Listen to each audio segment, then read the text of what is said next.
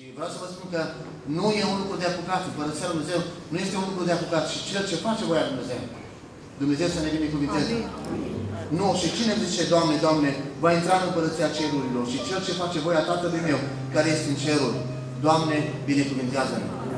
Știți care este voia lui Dumnezeu? Cu privire la tine și la mine. Voia lui Dumnezeu este sfințirea voastră, spunea Apostolul Pavel. Sfințirea voastră.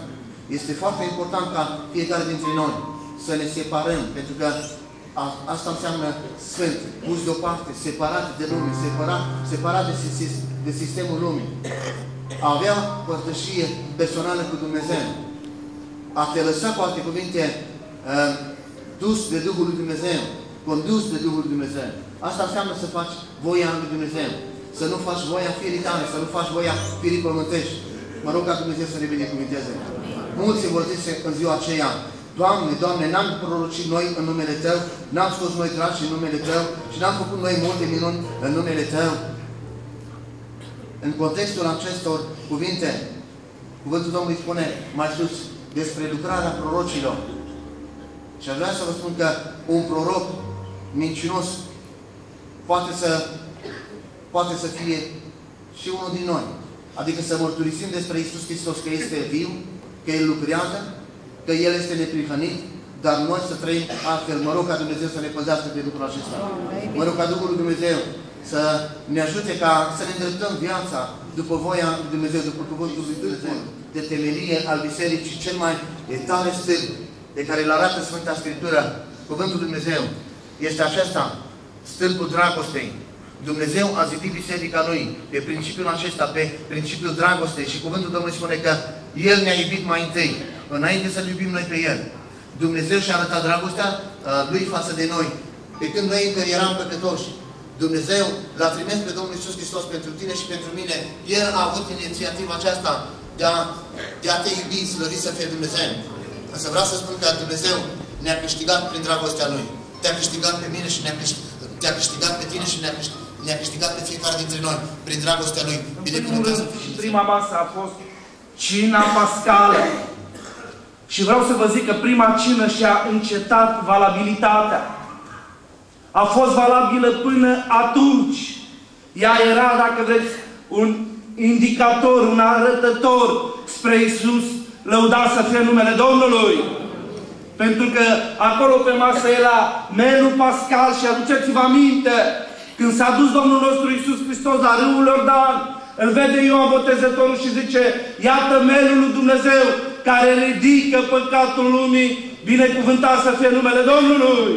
Și de data asta, pe când ucenicii, după obiceiul, după porunca lui Dumnezeu, serbau Paștele evreiesc, Domnul Iisus a luat din ceea ce era acolo pe masă, lăudat să fie numele Domnului. A luat rodul viței, a luat azimă și a inaugurat cina, lăudat să fie numele Domnului. Noi astăzi vrem să facem ceea ce a făcut Domnul, vrem să stăm la masă cu Domnul, vrem să ne împărtășim cu trupul și cu sângele Domnului și dacă vreți, vrem să avem părtășie cu Dumnezeu. Plânge grădinarul într-una,